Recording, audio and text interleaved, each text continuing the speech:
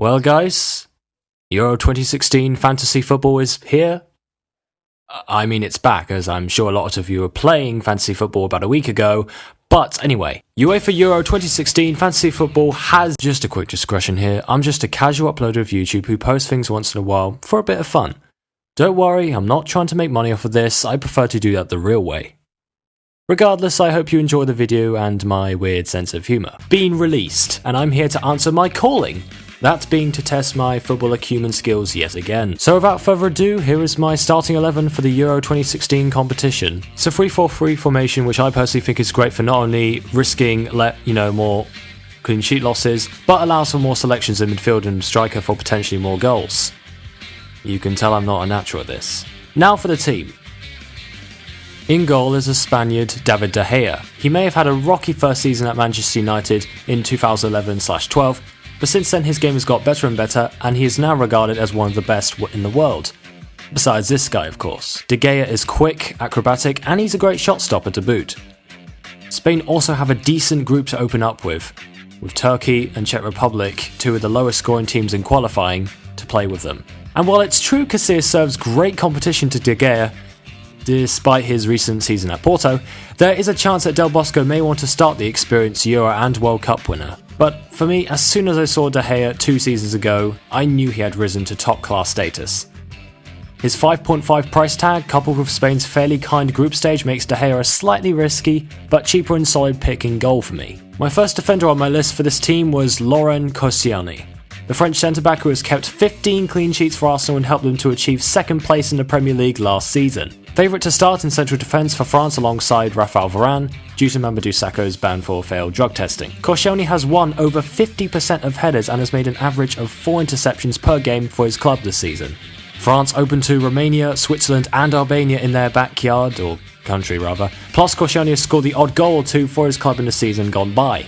Overall, Koscielny is a cheaper alternative to Varane, a good pick I think to go in your team, and I really like Koscielny. Second defender is Jerome Boateng, centre-back of Germany and Bundesliga champions Bayern Munich. While it's a bit of a shame that his new defence partner Matt Hummels is a bit too expensive for me this year, Boateng certainly is a strong second option.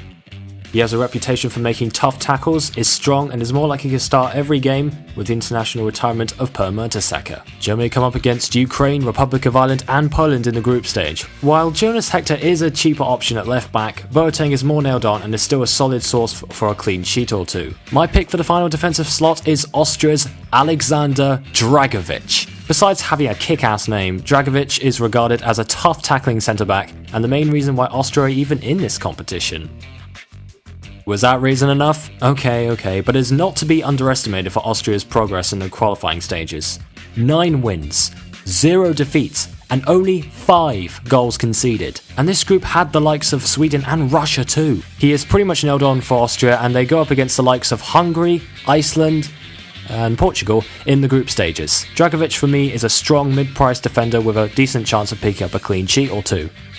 Now onto the midfielders. My first pick for a midfielder is none other than David Alaba, another Bundesliga winner with Bayern Munich. Despite playing as a defensive midfielder for Austria, Alaba is known for having a powerful shot on him, which compensates for his position, I guess. But he is also their number 1 free kick and penalty specialist, and he has a tendency to get forward and shoot in games.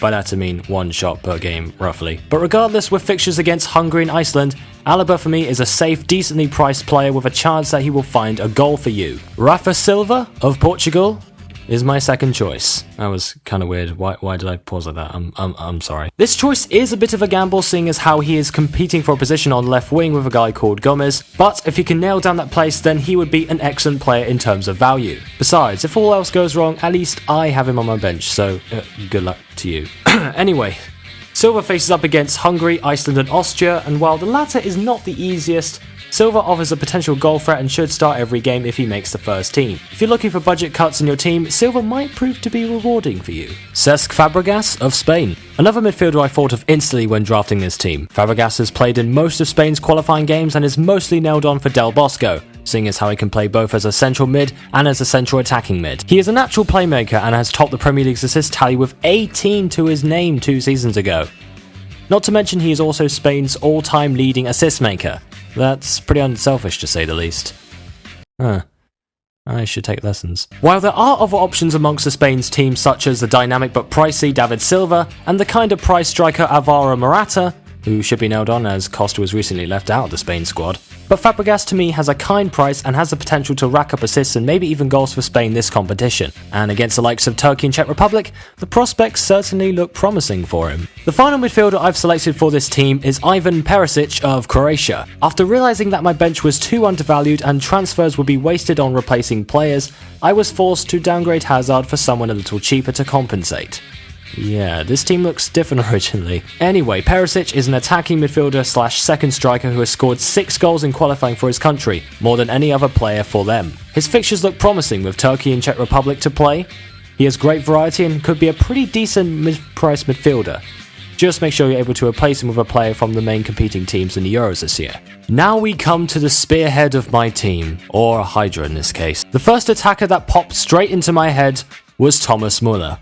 Most of you may either know him from his prestigious career at Bayern Munich, or even Germany's recent World Cup, where Müller scored 5 goals whilst playing as a striker in a 4-1-2-3 formation. He plays in a variety of positions such as a centre forward, cam or right-sided midfielder. His work rate, consistency and ability to sense where the goal is has helped Müller mould into a fantastic goal-scoring machine. Set to play most likely as a right-sided midfielder, Thomas Müller looks pretty much set to give defences nightmares once again, and his group consisting of Ukraine, Republic of Ireland and Poland is really the icing on the cake. Müller is still a great pick for any team in my opinion, despite potential but less consistent picks like Marco Reus or Mesut Ozil. My second choice striker is France's and Atletico Madrid's Antoine Griezmann.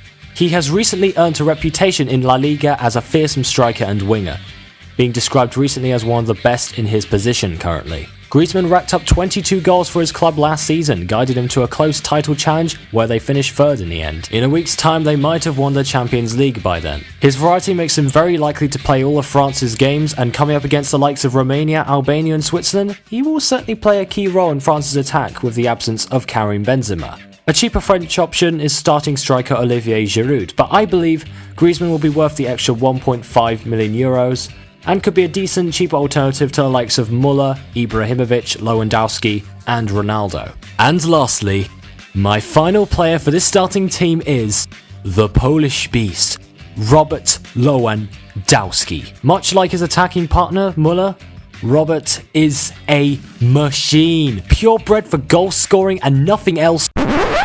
I just want to say that I'm sorry to Robert Lewandowski in the slight chance he's watching this video. He's a human being first and a footballer second, so yeah. His 30 goals for Bayern Munich have helped them to a 4th successive Bundesliga title. Not to mention Poland to European qualification where he scored a record 13 goals in 10 games. So, if you can afford Lewandowski, go ahead and buy him. Oh, it's in my opinion anyway, you don't have to.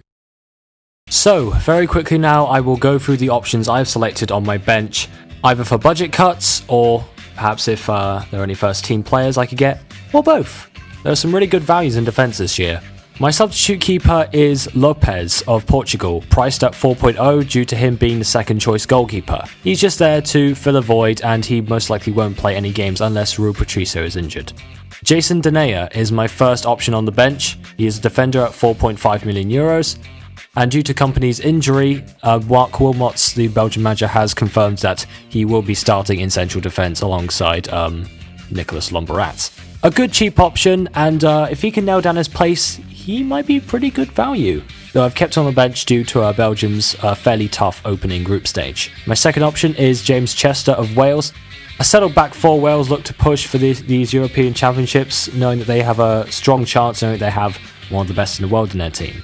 A good value, and going up against Slovakia and Russia, there's a potential chance that James Chester might shut out a team, and worst comes to worst, at least he'll play, right? And finally, my third option you've seen on the bench is Dele Alli. He plays for England, he'll be tipped to start, most likely in cam or central mid, and he's had a great season with Tottenham. And given England's group, and depending on how far England can go, he could be decent value for money as well. So that is my team for the Euro 2016 Championships. So thank you so much for watching this video. I hope you enjoyed it. And good luck to you because, well, anything is possible.